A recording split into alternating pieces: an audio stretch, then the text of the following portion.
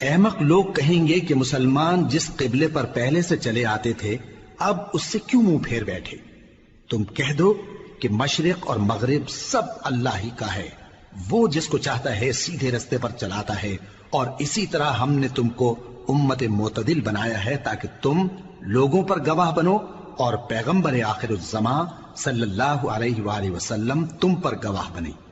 اور جس قبلے پر تم پہلے تھے اس کو ہم نے اس لیے مقرر کیا تھا کہ معلوم کریں کہ کون ہمارے پیغمبر کا تابع رہتا ہے اور کون الٹے پاؤں پھر جاتا ہے۔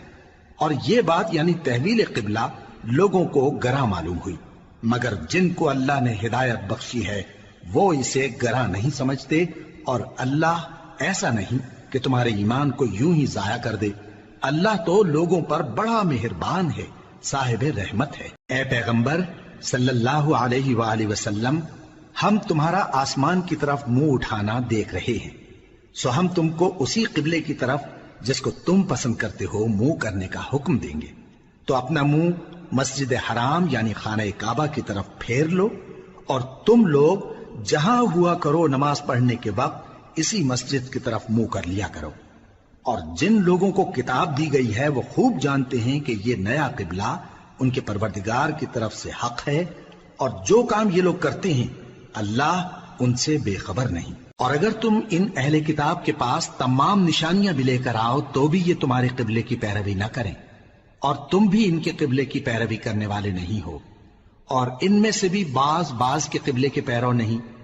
اور اگر تم باوجود اس کے کہ تمہارے پاس علم یعنی اللہ کا حکم آ چکا ہے ان کی خواہشوں کے پیچھے چلو گے تو ظالموں میں ہو جاؤ گے۔ جن لوگوں کو ہم نے کتاب دی ہے وہ ان پیغمبر آخر الزماں صلی اللہ علیہ وآلہ وسلم کو اس طرح پہچانتے ہیں جس طرح اپنے بیٹوں کو پہچانا کرتے ہیں، مگر ایک فریق ان میں سے سچی بات کو جان بوجھ کر چھپا رہا ہے۔ اے پیغمبر صلی اللہ علیہ وآلہ وسلم، یہ نیا قبلہ تمہارے پروردگار کی طرف سے حق ہے، تو تم ہرگز شک کرنے والوں میں نہ ہونا، اور ہر ایک شخص کے لیے ایک سمت مقرر ہے جدھر وہ عبادت کے وقت منہ کیا کرتا ہے، تو تم نیکیوں میں سبقت حاصل کرو۔ تم جہاں ہوگے اللہ تم سب کو جمع کرے گا، بے شک اللہ ہر چیز پر قادر ہے۔ اور تم جہاں سے نکلو نماز میں اپنا منہ مسجد حرام کی طرف کر لیا کرو، بے شبہ یہ تمہارے پروردگار کی طرف سے حق ہے، اور تم لوگ جو کچھ کرتے ہو اللہ اس سے بے خبر نہیں۔ اور تم جہاں سے نکلو مسجد حرام کی طرف منہ کر کے نماز پڑھا کرو، اور مسلمانوں تم جہاں ہوا کرو اسی مسجد کی طرف رخ کیا کرو۔ یہ تاکید اس لیے کی گئی ہے کہ لوگ تم کو کسی طرح کا الزام نہ دے سکیں، مگر ان میں سے جو ظالم ہیں وہ الزام دیں تو دیں، سو ان سے مت ڈرنا اور مجھی سے ڈرتے رہنا، اور یہ بھی مقصود ہے کہ میں تم کو اپنی تمام نعمتیں بخشوں، اور یہ بھی کہ تم راہ راست پر چلو۔ جس طرح من جملہ اور نعمتوں کے ہم نے تمہیں میں سے ایک رسول بھیجے ہیں جو تم کو ہماری آیتیں پڑھ پڑھ کر سناتے اور تمہیں پاک بناتے، اور کتاب یعنی قرآن اور دانائی سکھاتے ہیں، اور ایسی باتیں بتاتے ہیں جو تم پہلے نہیں جانتے تھے، سو تم مجھے یاد کیا کرو، میں تمہیں یاد کیا کروں گا، اور میرا احسان مانتے رہنا اور میری ناشکری نہ کرنا۔ اے ایمان والو، صبر اور نماز سے مدد لیا کرو، بے شک اللہ صبر کرنے والوں کے ساتھ ہے۔ اور جو لوگ اللہ کی راہ میں مارے جائیں ان کی نسبت یہ نہ کہنا کہ وہ مرے ہوئے ہیں، وہ مردہ نہیں بلکہ زندہ ہیں، لیکن تم کو شعور نہیں۔ اور ہم کسی قدر خوف اور بھوک اور مال اور جانوں اور میووں کے نقصان سے تمہاری آزمائش کریں گے، اور صبر کرنے والوں کو بشارت سنا دو کہ ان لوگوں پر جب کوئی مصیبت واقع ہوتی ہے تو کہتے ہیں کہ ہم اللہ ہی کا مال ہیں اور اسی کی طرف لوٹ کر جانے والے ہیں۔ یہی لوگ ہیں جن پر ان کے پروردگار کی عنایتیں ہیں اور خصوصی رحمت بھی ہے، اور یہی سیدھے رستے پر ہیں۔ بے شک کوہ صفا اور مروہ اللہ کی نشانیوں میں سے ہیں، تو جو شخص خانہ کعبہ کا حج یا عمرہ کرے اس پر کچھ گناہ نہیں کہ دونوں کے درمیان چکر لگائے، بلکہ یہ ایک نیک کام ہے، اور جو کوئی نیک کام کرے تو اللہ قدردان ہے، دانا ہے۔ جو لوگ ہمارے حکموں اور ہدایتوں کو جو ہم نے نازل کی ہیں کسی غرض فاسد سے چھپاتے ہیں، باوجود کہ ہم نے ان کو لوگوں کے سمجھانے کے لیے اپنی کتاب میں کھول کھول کر بیان کر دیا ہے۔ ایسوں پر اللہ اور تمام لعنت کرنے والے لعنت کرتے ہیں۔ ہاں، جو توبہ کرتے ہیں اور اپنی حالت درست کر لیتے ہیں اور احکام الہی کو صاف صاف بیان کر دیتے ہیں تو میں ان کے قصور معاف کر دیتا ہوں، اور میں بڑا معاف کرنے والا بڑا مہربان ہوں۔ جو لوگ کافر ہوئے اور کافر ہی مرے، ایسوں پر اللہ کی اور فرشتوں کی اور انسانوں کی سب کی لعنت، وہ ہمیشہ اسی لعنت میں گرفتار رہیں گے۔ ان سے نہ تو عذاب ہلکا ہی کیا جائے گا اور نہ انہیں کچھ مہلت ملے گی۔ اور لوگوں، تمہارا معبود ایک ہی معبود ہے، اس بڑے مہربان اور رحم والے کے سوا کوئی عبادت کے لائق نہیں۔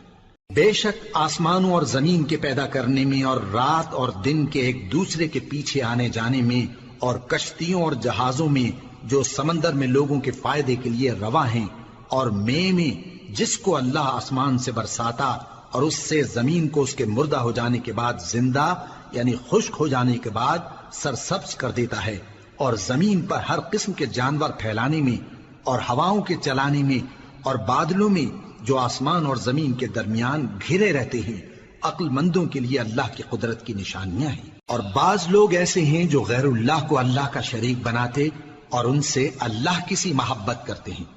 لیکن جو ایمان والے ہیں وہ تو اللہ ہی کے سب سے زیادہ دوست دار ہیں۔ اور اے کاش ظالم لوگ جو بات عذاب کے وقت دیکھیں گے اب دیکھ لیتے کہ سب طرح کی طاقت اللہ ہی کو ہے، اور یہ کہ اللہ سخت عذاب کرنے والا ہے۔ اس دن کفر کے پیشوا اپنے پیروں سے بیزاری ظاہر کریں گے اور دونوں عذاب الہی دیکھ لیں گے اور ان کے آپس کے تعلقات منقطع ہو جائیں گے۔ یہ حال دیکھ کر پیروی کرنے والے حسرت سے کہیں گے کہ اے کاش ہمیں پھر دنیا میں جانا نصیب ہو، تاکہ جس طرح یہ ہم سے بیزار ہو رہے ہیں اسی طرح ہم بھی ان سے بیزار ہوں۔ اس طرح اللہ ان کے اعمال حسرت بنا کر دکھائے گا اور وہ دوزخ سے نکل نہیں سکیں گے۔ لوگوں، جو چیزیں زمین میں حلال طیب ہیں وہ کھاؤ، اور شیطان کے قدموں پر نہ چلو، وہ تمہارا کھلا دشمن ہے۔ وہ تو تم کو برائی اور بے حیائی ہی کے کام کرنے کو کہتا ہے، اور یہ بھی کہ اللہ کی نسبت ایسی باتیں کہو جن کا تمہیں کچھ بھی علم نہیں۔ اور جب ان لوگوں سے کہا جاتا ہے کہ جو کتاب اللہ نے نازل فرمائی ہے اس کی پیروی کرو، تو کہتے ہیں نہیں، بلکہ ہم تو اسی چیز کی پیروی کریں گے جس پر ہم نے اپنے باپ دادا کو پایا۔ بھلا اگرچہ ان کے باپ دادا نہ کچھ سمجھتے ہوں اور نہ سیدھے رستے پر ہوں، تب بھی وہ انہی کی تقلید کیے جائیں گے۔ جو لوگ کافر ہیں ان کی مثال اس شخص کی سی ہے جو کسی ایسی چیز کو آواز دے جو پکار اور آواز کے سوا کچھ سن نہ سکے۔ یہ بہرے ہیں، گونگے ہیں، اندھے ہیں کہ کچھ سمجھ ہی نہیں سکتے۔ اے اہل ایمان، جو پاکیزہ چیزیں ہم نے تم کو عطا فرمائی ہیں ان کو کھاؤ، اور اگر اللہ ہی کے بندے ہو تو اس کی نعمتوں کا شکر بھی ادا کرو۔ اس نے تو تم پر بس مرا ہوا جانور اور لہو اور سور کا گوشت اور جس چیز پر اللہ کے سوا کسی اور کا نام پکارا جائے حرام کر دیا ہے۔ ہاں، جو مجبور ہو جائے بشرطے کہ اللہ کی نافرمانی نہ کرے اور حد ضرورت سے باہر نہ نکل جائے، اس پر کچھ گناہ نہیں۔ بے شک اللہ بخشنے والا ہے، رحم کرنے والا ہے۔ جو لوگ اللہ کی کتاب سے ان آیتوں اور ہدایتوں کو جو اس نے نازل فرمائی ہیں چھپاتے اور ان کے بدلے تھوڑی سی قیمت یعنی دنیاوی منفعت حاصل کرتے ہیں، وہ اپنے پیٹوں میں محض آگ بھرتے ہیں۔ ایسے لوگوں سے اللہ قیامت کے دن نہ کلام کرے گا اور نہ ان کو گناہوں سے پاک کرے گا، اور ان کے لیے دکھ دینے والا عذاب ہے۔ یہ وہ لوگ ہیں جنہوں نے ہدایت چھوڑ کر گمراہی اور بخشش چھوڑ کر عذاب خرید لیا۔ یہ آتش جہنم کی کیسی برداشت کرنے والے ہیں۔ یہ اس لیے کہ اللہ نے کتاب سچائی کے ساتھ نازل فرمائی، اور جن لوگوں نے اس کتاب میں اختلاف کیا وہ ضد میں آ کر نیکی سے دور ہو گئے ہیں۔ نیکی یہی نہیں کہ تم مشرق و مغرب کو قبلہ سمجھ کر ان کی طرف منہ کر لو، بلکہ نیکی یہ ہے کہ لوگ اللہ پر اور روز آخر پر اور فرشتوں پر اور اللہ کی کتاب پر اور پیغمبروں پر ایمان لائیں، اور مال باوجود عزیز رکھنے کے رشتہ داروں اور یتیموں اور محتاجوں اور مسافروں اور مانگنے والوں کو دیں، اور گردنوں کے چھڑانے میں خرچ کریں، اور نماز پڑھیں اور زکات دیں، اور جب عہد کر لیں تو اس کو پورا کریں، اور سختی اور تکلیف میں اور جنگ کے وقت ثابت قدم رہیں۔ یہی لوگ ہیں جو ایمان میں سچے ہیں، اور یہی ہیں جو اللہ سے ڈرنے والے ہیں۔ مومنوں، تم کو مقتولوں کے بارے میں قصاص یعنی خون کے بدلے خون کا حکم دیا جاتا ہے، اس طرح پر کہ آزاد کے بدلے آزاد مارا جائے، اور غلام کے بدلے غلام، اور عورت کے بدلے عورت۔ اور اگر قاتل کو اس کے مقتول بھائی کے قصاص میں سے کچھ معاف کر دیا جائے تو وارث مقتول کو پسندیدہ طریق سے قرارداد کی پیروی یعنی مطالبہ خون بہا کرنا اور قاتل کو خوشخوئی کے ساتھ ادا کرنا چاہیے۔ یہ تمہارے پروردگار کی طرف سے تمہارے لیے آسانی اور مہربانی ہے۔ اب جو اس کے بعد زیادتی کرے اس کے لیے دکھ کا عذاب ہے۔ اور اے اہل عقل،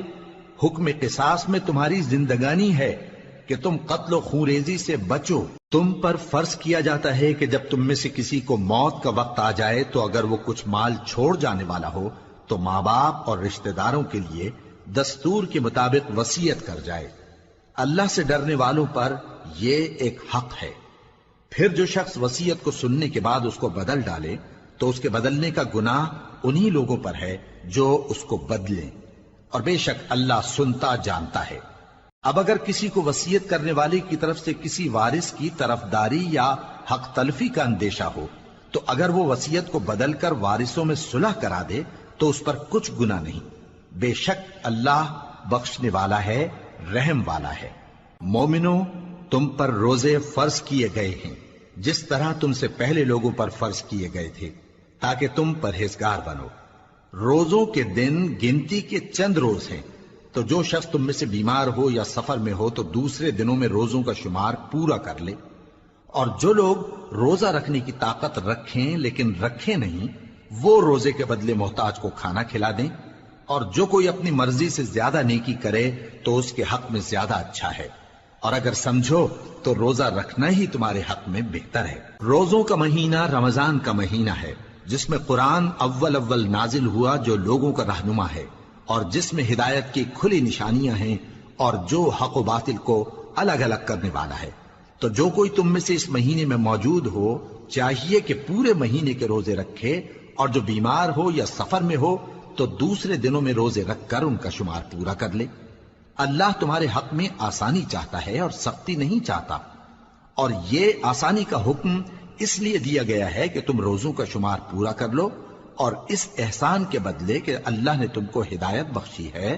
تم اس کو بزرگی سے یاد کرو اور اس کا شکر کرو۔ اور اے پیغمبر، جب تم سے میرے بندے میرے بارے میں دریافت کریں تو انہیں معلوم ہو کہ میں تو تمہارے پاس ہی ہوں۔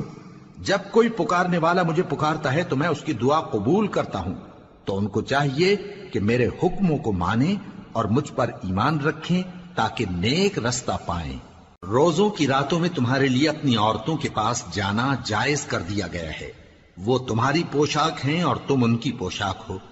اللہ کو معلوم ہے کہ تم ان کے پاس جانے سے اپنے حق میں خیانت کرتے تھے، سو اس نے تم پر مہربانی کی اور تمہاری حرکات سے درگزر فرمائی،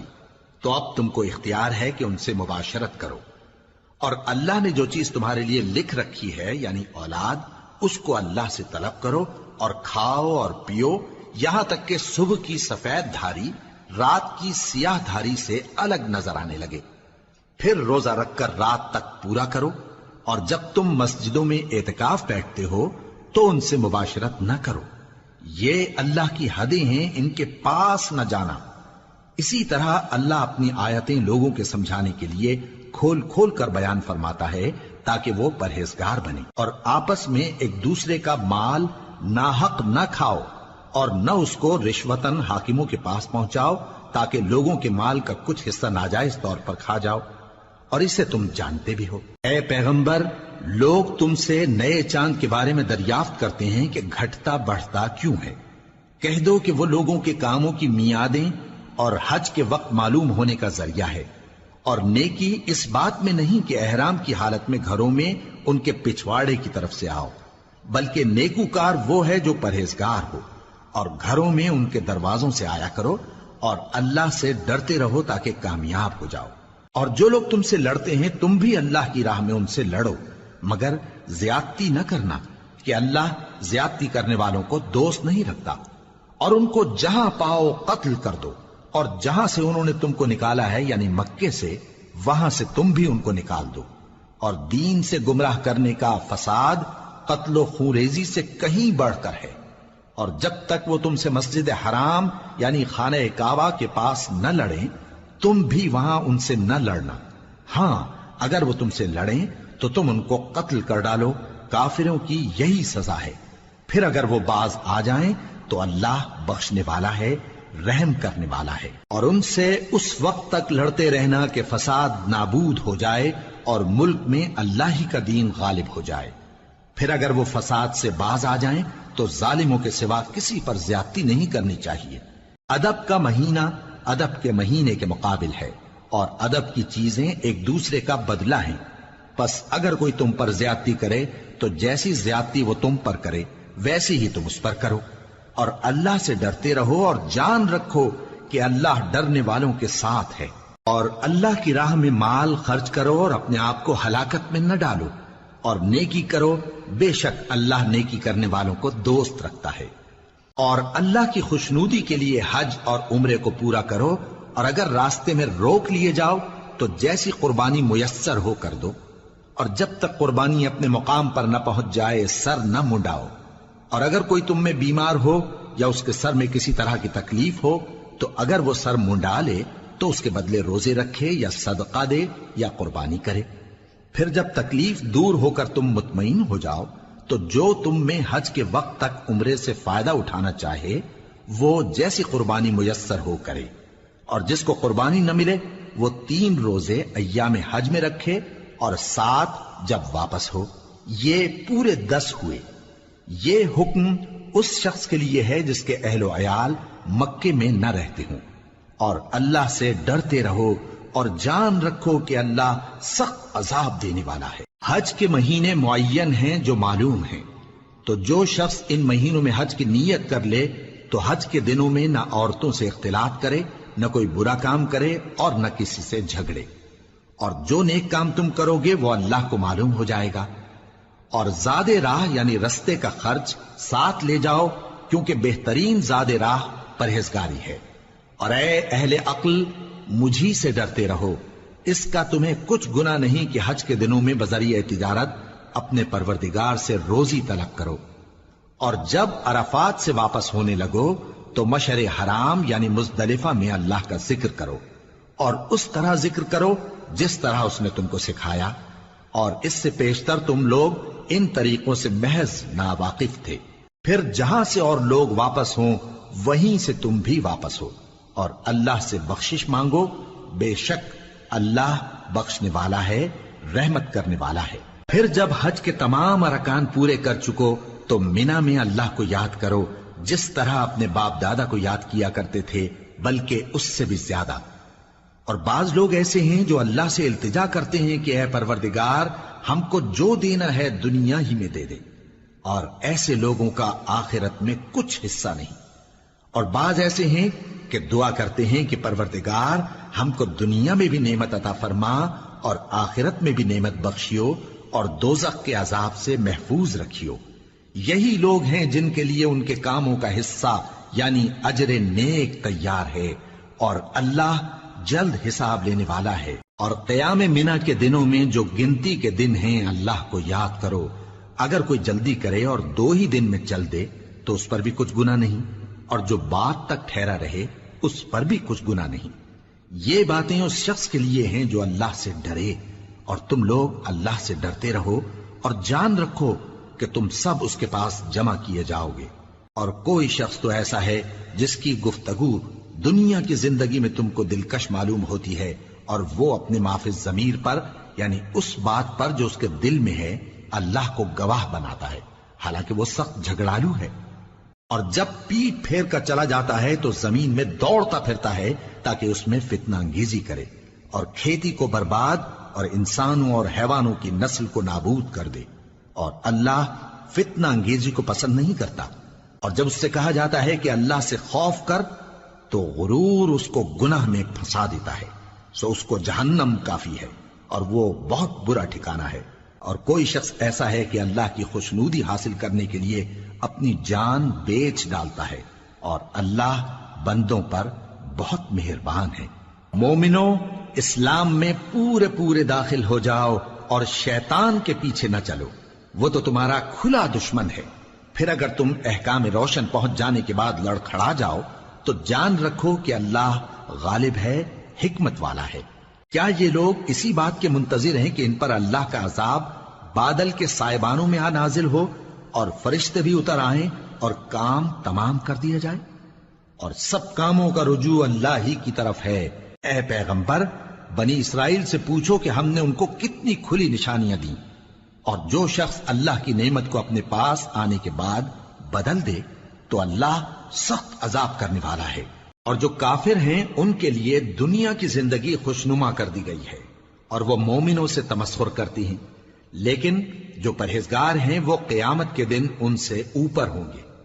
اور اللہ جس کو چاہتا ہے بے حساب رزق دیتا ہے۔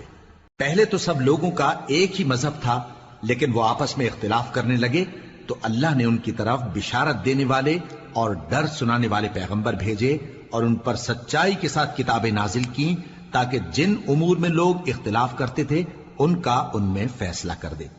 اور اس میں اختلاف بھی انہی لوگوں نے کیا جن کو کتاب دی گئی تھی، باوجود کہ ان کے پاس کھلے ہوئے احکام آ چکے تھے، اور یہ اختلاف انہوں نے صرف آپس کی ضد سے کیا۔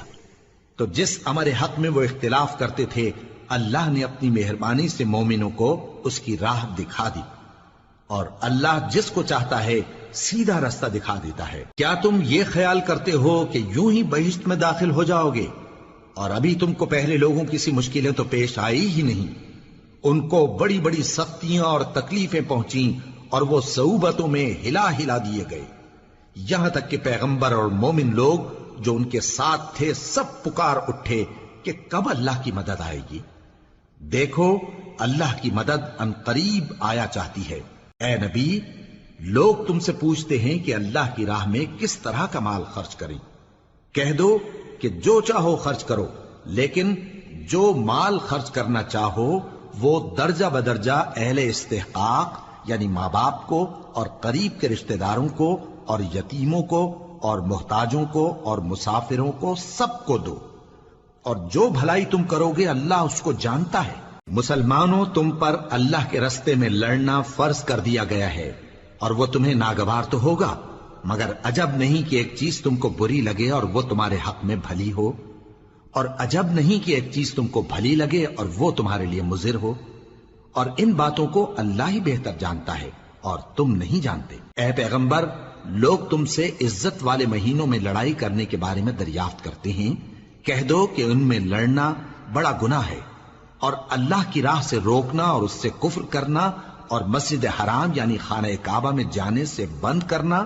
اور اہل مسجد کو اس میں سے نکال دینا جو یہ کفار کرتے ہیں، اللہ کے نزدیک اس سے بھی زیادہ گناہ ہے، اور فتنہ انگیزی خونریزی سے بھی بڑھ کر ہے۔ اور یہ لوگ ہمیشہ تم سے لڑتے رہیں گے، یہاں تک کہ اگر مقدور رکھیں تو تم کو تمہارے دین سے پھیر دیں، اور جو کوئی تم میں سے اپنے دین سے پھر کر کافر ہو جائے گا اور کافر ہی مرے گا تو ایسے لوگوں کے اعمال دنیا اور آخرت دونوں میں برباد ہو جائیں گے، اور یہی لوگ دوزخ میں جانے والے ہیں جس میں ہمیشہ رہیں گے۔ جو لوگ ایمان لائے اور اللہ کے لیے وطن چھوڑ گئے اور کفار سے جنگ کرتے رہے وہی اللہ کی رحمت کے امیدوار ہیں، اور اللہ بخشنے والا ہے، رحمت کرنے والا ہے۔ اے پیغمبر، لوگ تم سے شراب اور جوئے کا حکم دریافت کرتے ہیں، کہہ دو کہ ان میں گناہ بڑے ہیں اور لوگوں کے لیے کچھ فائدے بھی ہیں، مگر ان کے گناہ فائدوں سے کہیں زیادہ ہیں۔ اور یہ بھی تم سے پوچھتے ہیں کہ اللہ کی راہ میں کون سا مال خرچ کریں، کہہ دو کہ جو ضرورت سے زیادہ ہو۔ اس طرح اللہ تمہارے لیے اپنے احکام کھول کھول کر بیان فرماتا ہے تاکہ تم سوچو، یعنی دنیا اور آخرت کی باتوں میں غور کرو۔ اور تم سے یتیموں کے بارے میں بھی دریافت کرتے ہیں، کہہ دو کہ ان کی حالت کی اصلاح بہت اچھا کام ہے، اور اگر تم ان سے مل جل کر رہنا یعنی خرچ اکٹھا رکھنا چاہو تو وہ تمہارے بھائی ہیں، اور اللہ خوب جانتا ہے کہ خرابی کرنے والا کون ہے اور اصلاح کرنے والا کون۔ اور اگر اللہ چاہتا تو تم کو تکلیف میں ڈال دیتا، بے شک اللہ غالب ہے، حکمت والا ہے۔ اور مومنوں مشرک عورتوں سے جب تک وہ ایمان نہ لائیں نکاح نہ کرنا، کیونکہ مشرک عورت خواہ تم کو کیسی ہی بھلی لگے اس سے مومن لونڈی بہتر ہے، اور اسی طرح مشرک مرد جب تک ایمان نہ لائیں مومن عورتوں کو ان کی زوجیت میں نہ دینا، کیونکہ مشرک مرد سے خواہ وہ تم کو کیسا ہی بھلا لگے مومن غلام بہتر ہے۔ یہ مشرک لوگوں کو دوزخ کی طرف بلاتی ہیں، اور اللہ اپنی مہربانی سے بہشت اور بخشش کی طرف بلاتا ہے، اور اپنے حکم لوگوں سے کھول کھول کر بیان کرتا ہے تاکہ نصیحت حاصل کریں۔ اور تم سے حیض کے بارے میں دریافت کرتے ہیں، کہہ دو وہ تو نجاست ہے، سو ایام حیض میں عورتوں سے کنارہ کش رہو، اور جب تک وہ پاک نہ ہو جائیں ان سے مقاربت نہ کرو۔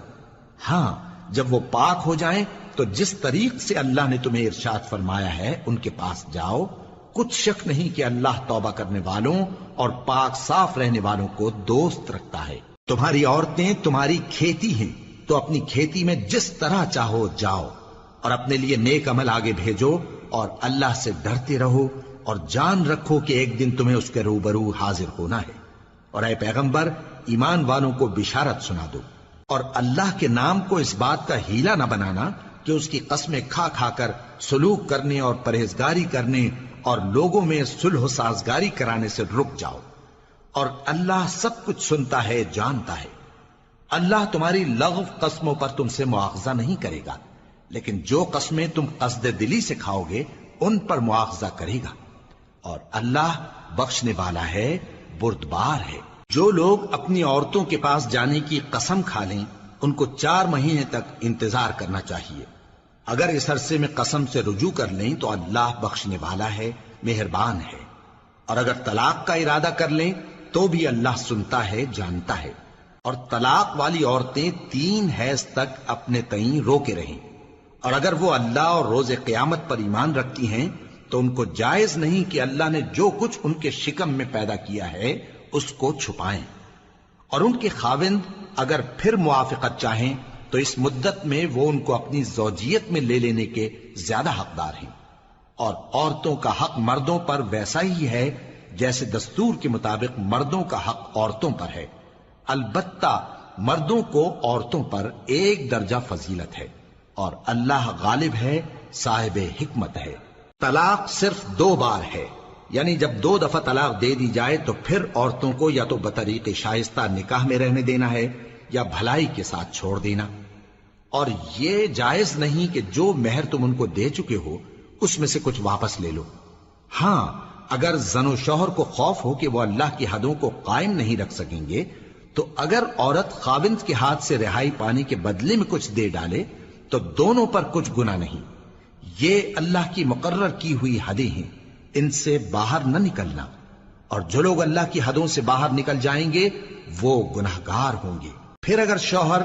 2 طلاقوں کے بعد تیسری طلاق عورت کو دے دے تو اس کے بعد جب تک عورت کسی دوسرے شخص سے نکاح نہ کر لے اس پہلے شوہر پر حلال نہ ہوگی۔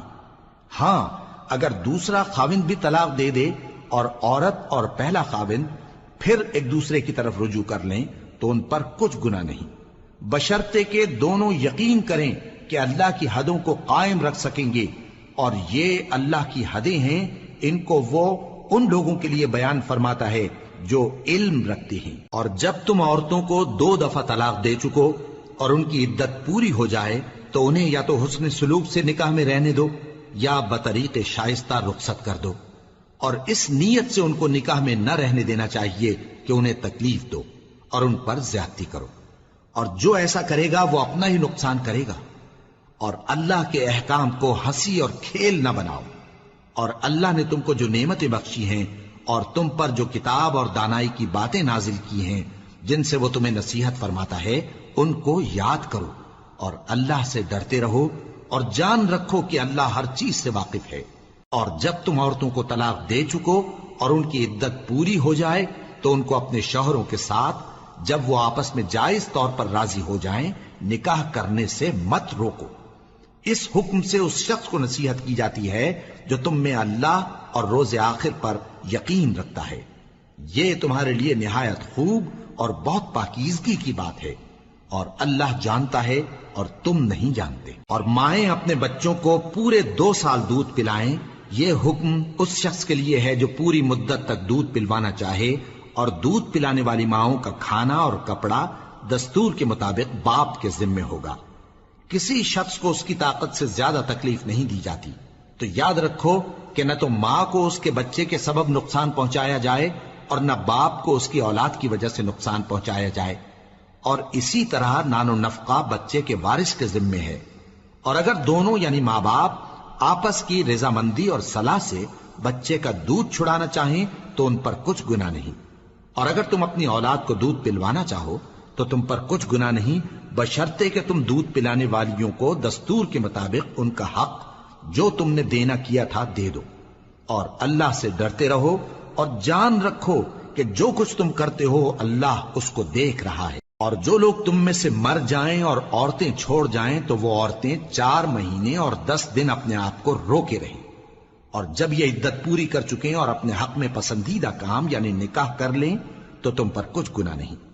اور اللہ تمہارے سب کاموں سے واقف ہے۔ اگر تم اشارے کنائے میں عورتوں کو نکاح کا پیغام بھیجو یا نکاح کی خواہش کو اپنے دلوں میں مخفی رکھو تو تم پر کچھ گناہ نہیں۔ اللہ کو معلوم ہے کہ تم ان سے نکاح کا ذکر کرو گے، مگر ایام عدت میں اس کے سوا کے دستور کے مطابق کوئی بات کہہ دو، پوشیدہ طور پر ان سے قول و قرار نہ کرنا،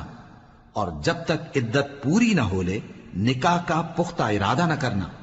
اور جان رکھو کہ جو کچھ تمہارے دلوں میں ہے اللہ کو سب معلوم ہے، تو اس سے ڈرتے رہو اور جان رکھو کہ اللہ بخشنے والا ہے، حلم والا ہے۔ اور اگر تم عورتوں کو ان کے پاس جانے یا ان کا مہر مقرر کرنے سے پہلے طلاق دے دو تو تم پر کچھ گناہ نہیں، ہاں ان کو دستور کے مطابق کچھ خرچ ضرور دو، یعنی مقدور والا اپنے مقدور کے مطابق دے اور تنگ دست اپنی حیثیت کے مطابق۔ نیک لوگوں پر یہ ایک طرح کا حق ہے۔ اور اگر تم عورتوں کو ان کے پاس جانے سے پہلے طلاق دے دو لیکن مہر مقرر کر چکے ہو تو آدھا مہر دینا ہوگا۔ ہاں اگر عورتیں مہر بخش دیں یا مرد جن کے ہاتھ میں عقد نکاح ہے اپنا حق چھوڑ دیں اور پورا مہر دے دیں تو ان کو اختیار ہے۔ اور اگر تم مرد لوگ ہی اپنا حق چھوڑ دو تو یہ پرہیزگاری کی بات ہے، اور آپس میں بھلائی کرنے کو فراموش نہ کرنا۔ کچھ شک نہیں کہ اللہ تمہارے سب کاموں کو دیکھ رہا ہے۔ مسلمانوں، سب نمازیں خصوصاً بیچ کی نماز یعنی نماز عصر پورے اہتمام کے ساتھ ادا کرتے رہو اور اللہ کے آگے ادب سے کھڑے رہا کرو۔ پھر اگر تم خوف کی حالت میں ہو تو پیادے یا سوار جس حال میں ہو نماز پڑھ لو۔ پھر جب امن و اطمینان ہو جائے تو جس طریق سے اللہ نے تم کو سکھایا ہے جو تم پہلے نہیں جانتے تھے اللہ کو یاد کرو۔ اور جو لوگ تم میں سے مر جائیں اور عورتیں چھوڑ جائیں وہ اپنی عورتوں کے حق میں وصیت کر جائیں کہ ان کو 1 سال تک خرچ دیا جائے اور گھر سے نہ نکالی جائیں۔ ہاں اگر وہ خود گھر سے چلی جائیں اور اپنے حق میں پسندیدہ کام یعنی نکاح کر لیں تو تم پر کچھ گناہ نہیں، اور اللہ زبردست ہے، حکمت والا ہے۔ اور مطلقہ عورتوں کو بھی دستور کے مطابق نان و نفقہ دینا چاہیے، پرہیزگاروں پر یہ بھی حق ہے۔ اسی طرح اللہ اپنے احکام تمہارے لیے بیان فرماتا ہے تاکہ تم سمجھو۔ بھلا تم نے ان لوگوں کو نہیں دیکھا جو شمار میں ہزاروں ہی تھے اور موت کے ڈر سے اپنے گھروں سے نکل بھاگے تھے، تو اللہ نے ان کو حکم دیا کہ مر جاؤ، پھر ان کو زندہ بھی کر دیا۔ کچھ شک نہیں کہ اللہ لوگوں پر مہربانی رکھتا ہے، لیکن اکثر لوگ شکر نہیں کرتے۔ اور مسلمانوں، اللہ کی راہ میں جہاد کرو اور جان رکھو کہ اللہ سب کچھ سنتا ہے، سب کچھ جانتا ہے۔ کون ہے کہ اللہ کو قرض حسنہ دے کہ وہ اس کے بدلے اس کو کئی گنا زیادہ دے گا، اور اللہ ہی روزی کو تنگ کرتا اور وہی اسے کشادہ کرتا ہے، اور تم اسی کی طرف لوٹ کر جاؤ گے۔ بھلا تم نے بنی اسرائیل کی ایک جماعت کو نہیں دیکھا جس نے موسیٰ کے بعد اپنے پیغمبر سے کہا کہ آپ ہمارے لیے ایک بادشاہ مقرر کر دیں تاکہ ہم اللہ کی راہ میں جہاد کریں؟ پیغمبر نے کہا کہ اگر تم کو جہاد کا حکم دیا جائے تو ایسا تو نہیں کہ لڑنے سے پہلو تہی کرو۔ وہ کہنے لگے کہ ہم اللہ کی راہ میں کیوں نہ لڑیں گے جبکہ ہم وطن سے خارج اور بال بچوں سے جدا کر دیے گئے۔ پھر جب ان کو جہاد کا حکم دیا گیا تو چند اشخاص کے سوا سب پھر گئے، اور اللہ ظالموں سے خوب واقف ہے۔ اور پیغمبر نے ان سے یہ بھی کہا کہ اللہ نے تم پر طالوت کو بادشاہ مقرر فرمایا ہے وہ بولے کہ اسے ہم پر بادشاہی کا حق کیوں کر ہو سکتا ہے؟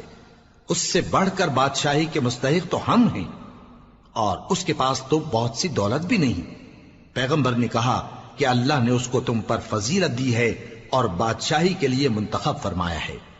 اس نے اسے علم بھی بہت سا بخشا ہے اور تن و توش بھی بڑا عطا کیا ہے،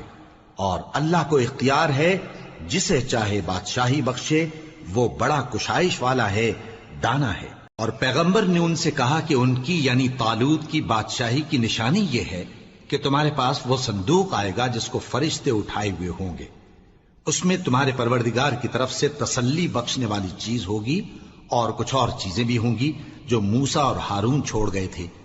اگر تم ایمان رکھتے ہو تو یہ تمہارے لیے ایک بڑی نشانی ہے۔ غرض جب طالوت فوجیں لے کر روانہ ہوا تو اس نے ان سے کہا کہ اللہ ایک نہر سے تمہاری آزمائش کرنے والا ہے، جو شخص اس میں سے پانی پی لے گا اس کی نسبت تصور کیا جائے گا کہ وہ میرا نہیں، اور جو نہ پیے گا وہ سمجھا جائے گا کہ میرا ہے۔ ہاں اگر کوئی ہاتھ سے چلو بھر پانی لے لے تو خیر۔ جب وہ لوگ نہر پر پہنچے تو چند آدمیوں کے سوا سب نے پانی پی لیا۔ پھر جب طالوت اور مومن لوگ جو اس کے ساتھ تھے نہر کے پار ہو گئے تو کہنے لگے کہ آج ہم میں جالوت اور اس کے لشکر سے مقابلہ کرنے کی طاقت نہیں۔ جو لوگ یقین رکھتے تھے کہ ان کو اللہ کے روبرو حاضر ہونا ہے،